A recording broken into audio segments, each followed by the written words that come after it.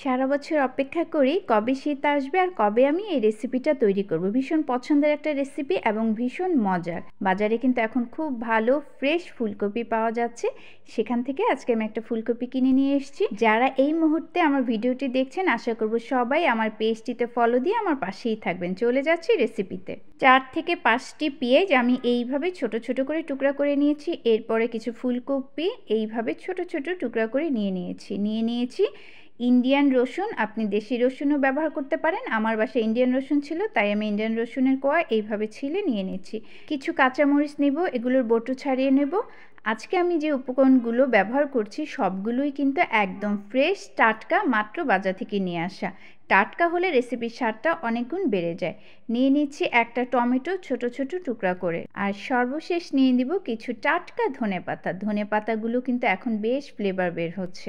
একটা হাঁড়িতে পানি গরম বসিয়ে দিব। পানিটা ফুটে উঠলে 1 চামচ পরিমাণ লবণ দিয়ে ফুলকপির টুকরোগুলো দিয়ে সেদ্ধ করে নিব। খুব বেশি সেদ্ধ করা যাবে না, অর্ধেক সেদ্ধ হলেই এটাকে নামিয়ে ফেলবো। বেশি সেদ্ধ হলে কিন্তু গলে যাওয়ার সম্ভাবনা থাকবে। এরপর শাসলিকের কাঠির ভিতরে 1 পিস টমেটো, 1 পিস ফুলকপি, 1 পিস টমেটো, 1 পিস ফুলকপি এইভাবে গেঁথে নিয়ে নিব। এরপরে সেম প্রসেসে আমি রসুন আর পেঁয়াজটাকেও গেঁথে নিয়ে বটু ছাড়ানো কাঁচামরিচগুলোকে আমি সেম প্রসেসে শাসলিক কাঠির মধ্যে ঢুকিয়ে নিচ্ছি।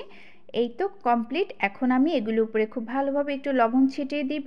এরপরে খাঁটি সরিষা তেল সবগুলো শাসলিকের উপরে দিয়ে দিব। প্রত্যেকটা সবজি যেন একদম সরিষার তেলে ডুবু থাকে। এরপরে আমি ট্রেটা নিয়ে ওভেনে দিয়ে দিব বেক করার জন্য। 30 মিনিটের মতো বেক করলেই হয়ে যাবে। আর যদি বেকিং না করা যায়, ওভেন যদি বাসায় না থাকে, সেক্ষেত্রে আমি এইভাবে চুলার উপরে এটাকে গ্রিল করে নিতে পারি। আমাদের এরকম শিক সবার বাসাতেই থাকে, সেটাকে নিয়ে বা অন্য যে কোনো একটা কিছুর উপরে দিয়ে আপনি এইভাবে পুড়ে নিতে পারেন। অবশ্যই পুড়ে নিতে হবে, কারণ তাওয়ার স্বাদ আর এইভাবে পোড়ার স্বাদ দুটো কিন্তু ভিন্ন। ধনেপাতাগুলো দিয়ে আবার একটু ঝলসে নিচ্ছি। মোটামুটি শেষ পর্যায়ে একটু দমকা জাল দিয়ে আমি এই চুলাটাকে নিভিয়ে নিচ্ছি। এরপরে আমি টমেটো আর ফুলকপিগুলোকে খুব ভালোভাবে পাটার মধ্যে বেটে নিব। প্রথমেই আমি ফুলকপি আর টমেটোটাকে বাটবো, এরপরে আস্তে আস্তে আমি বাকি উপকরণগুলো মিশিয়ে নিব।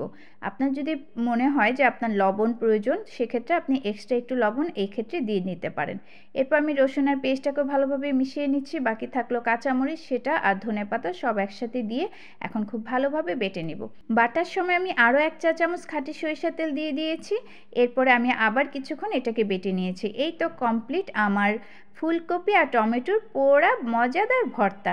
একবার বানিয়ে খেয়ে দেখুন, ভীষণ স্বাদের। গরম গরম ভাতের সাথে কিন্তু অনেক মজা লাগবে এই ভর্তাটা। ধন্যবাদ এতক্ষণ আমার সাথে থাকার জন্য। ভিডিওটা ভালো লাগলে শেয়ার করতে ভুলবেন না।